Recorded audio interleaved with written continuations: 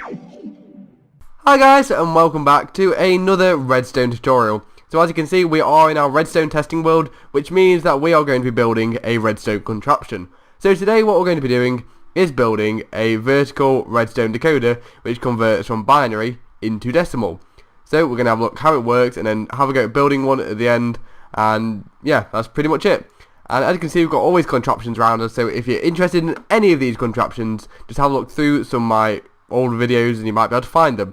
So without further ado, let's get started. Today we've got a fairly simple contraption, and it only requires a repeater, a redstone wire piece, a redstone torch, a block of any sort. I've just got blue clay here, and glowstone or half slabs.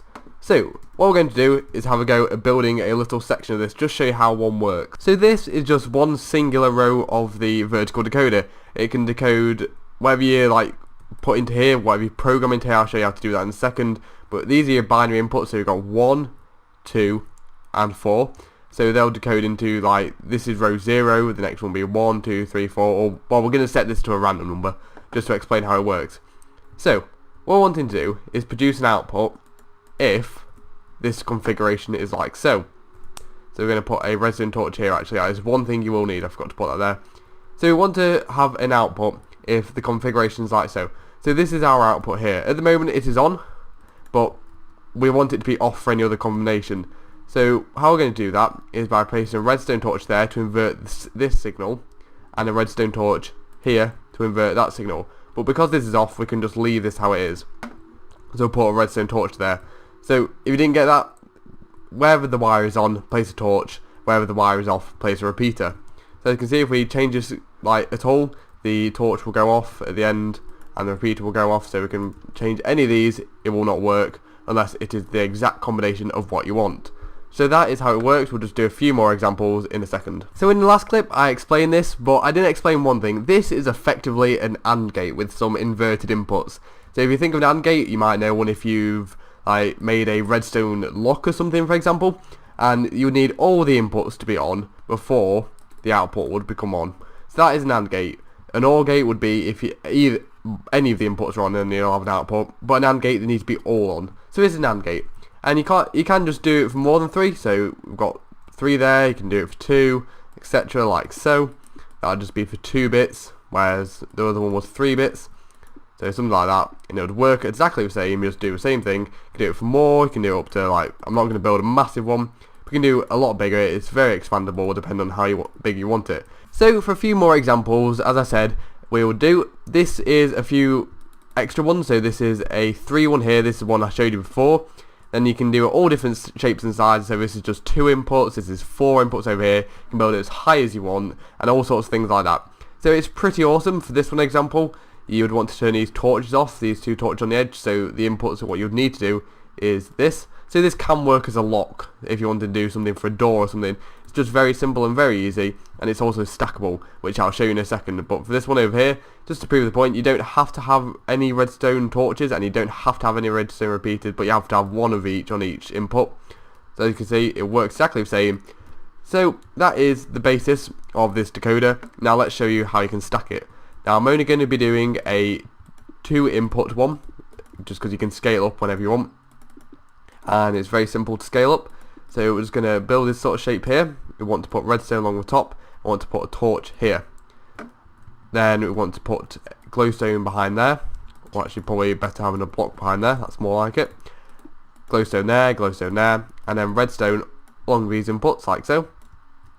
Then we'll leave these blank for now and we'll come back to them. So we can just build it 1 block higher like so. I guess I'll speed this up and probably build 4, I guess. So here we built it 4 up, and we have 4 layers because that's how that's all the combinations which 2 bits can represent. So like a bit of a muppet, I didn't actually record that in the time lapse, completely forgot to, but we have got it built here. You can see it just goes layer above layer. So what we want to do now is we want to put some levers behind here like so, and at the moment we want this bottom one to be off, so that's fine. So we can have a repeater there and a repeater there, so that'll be 0 in binary. But if we wanted 1 in binary, we would want the next one to turn on instead.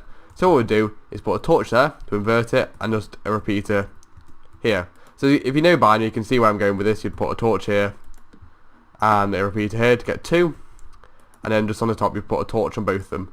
So that means whatever input you put on, you'll always get an output. So let's show that.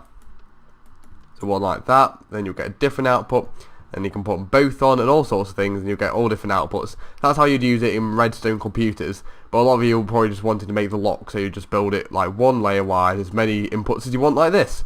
So that is the basis of how it works, and I guess that's going to pretty much wrap up this video in a second. Just to mention, eventually these glowstone tiles will run out of redstone power, I guess, so I'll build that very quickly. So if you do build these higher and higher and higher using more and more bits, then eventually you're going to run out of power for your glowstone towers. A simple way to fix this is by simply getting this block here, putting 3 blocks in like this sort of shape. You want to place a repeater here, and then redstone along the top, and you'll find that lights up the rest of the tower. So this is a 1-tick design. It will decode things in one tick, so that's 0.25 of a second. So pretty fast and very good for computers. Actually, probably add on an extra tick for this lamp. I generally don't use that. So torch even. So yeah, that adds on an extra tick. So 2 ticks in total, but very fast. If you didn't quite get it earlier, just to clarify, you put a torch if the input's going to be on, and you put a repeater if the input's going to be off. So that is the design. I hope you've enjoyed it. So in the coming weeks I'm going to be doing a few more redstone tutorials, and we're also going to be building the Lonely Mountain for the Hobbit, so stick around to watch that, and don't forget to subscribe and like if you have enjoyed this video. So without further ado, thank you so much for watching. I'll see you next time. Goodbye from Crafting Redstone. Now in today's tutorial, what we're going to be doing is having a look at this redstone screen behind me. So this is a very compact screen, and it's very fast.